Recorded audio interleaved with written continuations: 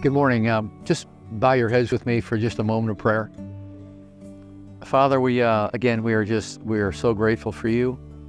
And there's a lot going on in our life that can keep us busy and not thinking about you and concerned about other things. And those all are very important, Father. But I pray that we just pause every once in a while, maybe once a day or maybe twice if we need to, and think about you.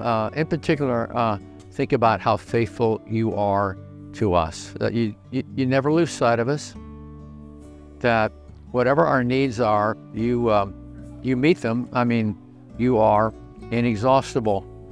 And so that means whatever our needs are, good, bad, or indifferent, you're enough for them. You have all the resources that we need to help address them. And so thank you for being faithful in that way. Thank you for loving us in that way. And we ask all this in Christ's name. Amen.